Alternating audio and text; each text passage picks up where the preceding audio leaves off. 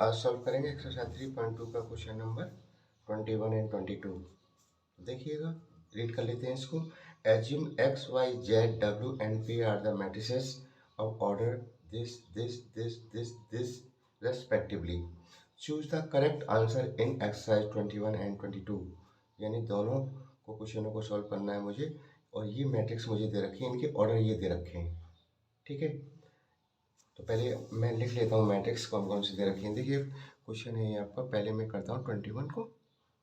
इसमें मैट्रिक्स है, एक एक्स है जिसका ऑर्डर दे रखा है इन्होंने कितना, 2/n। सही है। एक मैट्रिक्स है वाई और इसका ऑर्डर दे रखा है आपको 3/k। कोई मैट्रिक्स है, इसका ऑर्डर दे रखा है, मैट्रिक्स के एलिमेंट नहीं दिए रखा है इन्होंने। ठीक है ना। अच्छा, इसके बाद है जेड। जेड कोई मैट्रिक्स है और जेड का क्या होगा, इसमें दे रखा है, ये तो इसका हो गया 2/p का। ये इसका ऑर्डर है जेड मैट्रिक्स का। एंड इसके बाद है डब्ल्यू। ये डब्ल्यू मैट्रिक्स है। ठीक है, और इसका मैट्रिक्स दे रखा ऑर्डर n/3 का। और एक है p, इसका ऑर्डर दे रखा है इन्होंने p×k का। ठीक है, बात समझ में आ गई यहाँ तक। अब उन्होंने कहा है, फर्स्ट में आप देखेंगे 21 में लिखा हुआ है, the restriction on n, k and p so that py plus wy will be defined are. तो देखो, मैं बताता हूँ क्वेश्चन क्या कह रहा है। उन्होंने कहा है इसमें कि py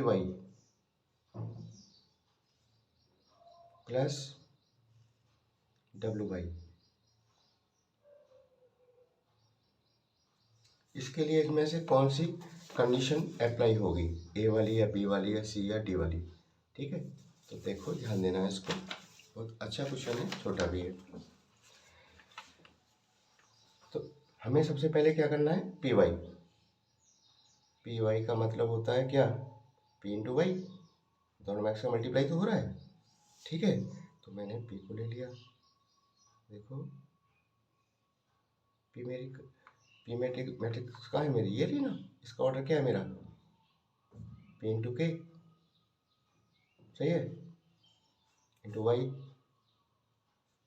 y मेरी मैट्रिक्स ये रही। इसका ऑर्डर क्या है, 3/k। बोलो, ये बात समझ में आ गई। अच्छा, प्लस लगा दो। फिर ये कह रहे हैं wy, तो w मेरे क्या है, w मैट्रिक्स ये रही। इसका ऑर्डर क्या है, n/3 मल्टीप्लाई y मैंने अभी लिखी थी, कितना है ऑर्डर इसका, 3/k। बताओ, कोई दिक्कत तो नहीं है। देखो, इन सब की मैट्रिक्स p ये रही, y ये रही, w ये, y ये ऑर्डर लिख लिए मैंने। ठीक है। अच्छा, एक बात बताओ, मैंने बेसिक में भी आपको बताया था और आपको ये पता भी होना चाहिए कि जब दो मैट्रिक्स का मल्टीप्लाई होता है ना, ठीक है ना, ये दोनों मैट्रिक्स का मल्टीप्लाई तो हो रहा है, तो इसमें देखिएगा, इस पहली वाली मैट्रिक्स का कॉलम और सेकंड वाली का रो इक्वल होते हैं। ठीक है, तो देखो मेरे यहां से पता चलेगा k इक्वल टू क्या दिखाई दे रहा है मेरे को, 3।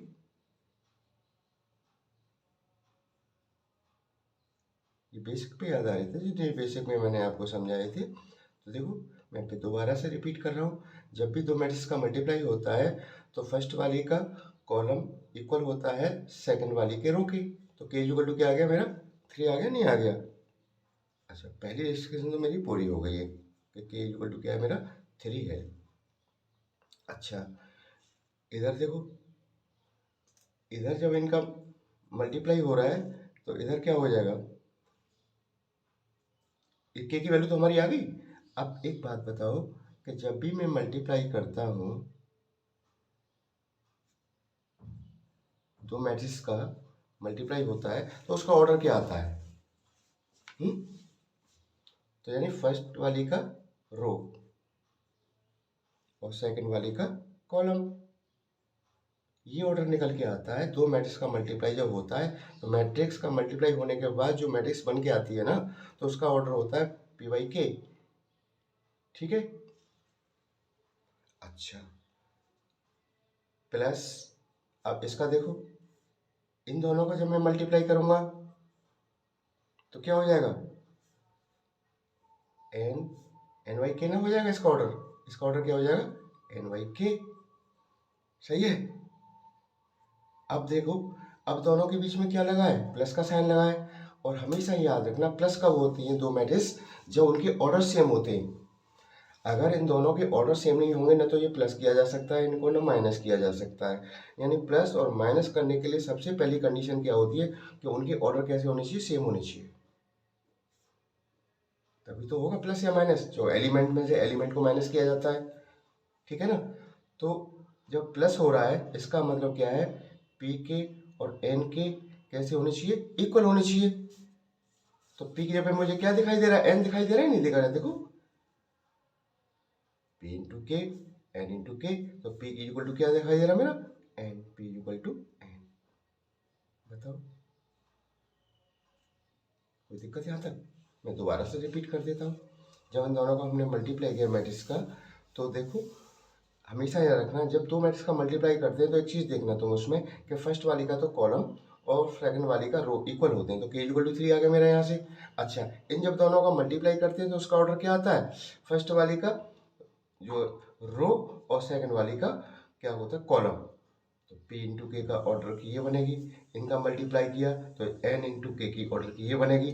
तो और इसके बीच में क्या लग रहा है, प्लस लग रहा है, और प्लस तभी होता है ऑर्डर इक्वल होते। इसका मतलब क्या है, पी के इज इक्वल टू एन के, ऑर्डर सेम है क्योंकि प्लस हो रहा है। तो पी इक्वल टू क्या दिखाई दे रहा है मुझे, एन। तो मेरा देखो इसमें कौन सा आंसर सही आ गया, ए वाला, K equal to 3 P equal to N. मेरी जो है इसमें कंडीशन आ गई कि ये कंडीशन होगी तब ये डिफाइंड होगा। ठीक है, अब देखते हैं क्वेश्चन नंबर 22। क्वेश्चन नंबर 22 को देखिएगा। If n equal to p then the order of the matrix 7x minus 5z is. देखो इसमें बेसिक कॉन्सेप्ट का यूज होगा।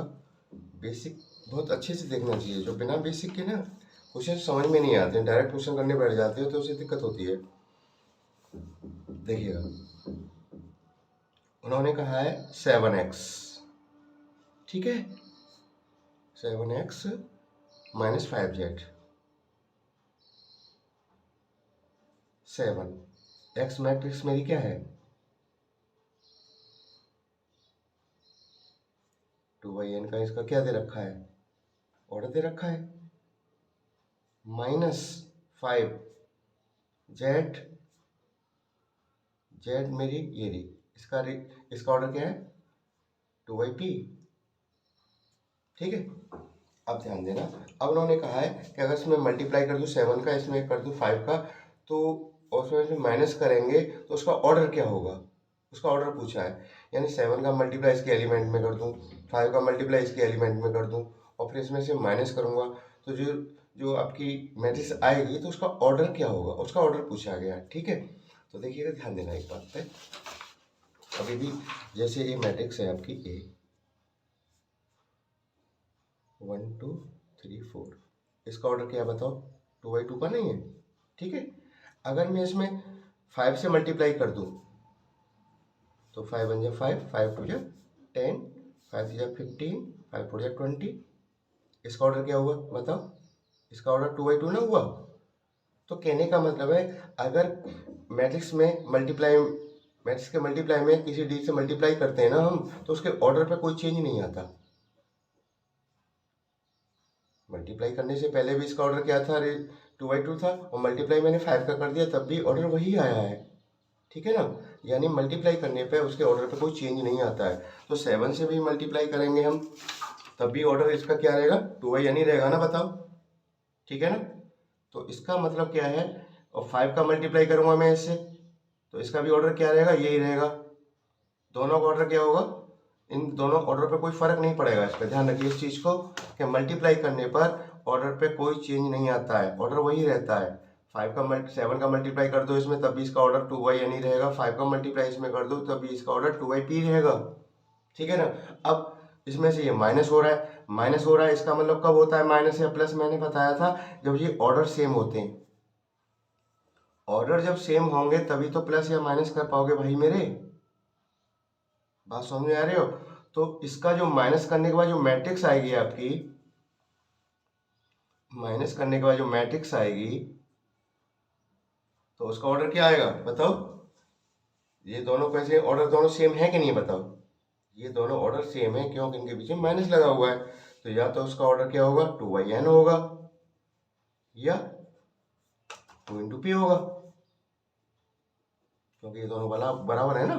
2 × n = 2 × p। या तो ये ऑर्डर होगा या ये ऑर्डर होगा। अब इसमें देखते हैं कौन सा ऑप्शन दे रखा है आपका। देखो 2yn दे रखा है। अब ये तो ये दे नहीं रखा है, अगर ये होता तो ये भी राइट आंसर है आपका, दोनों ही राइट आंसर है।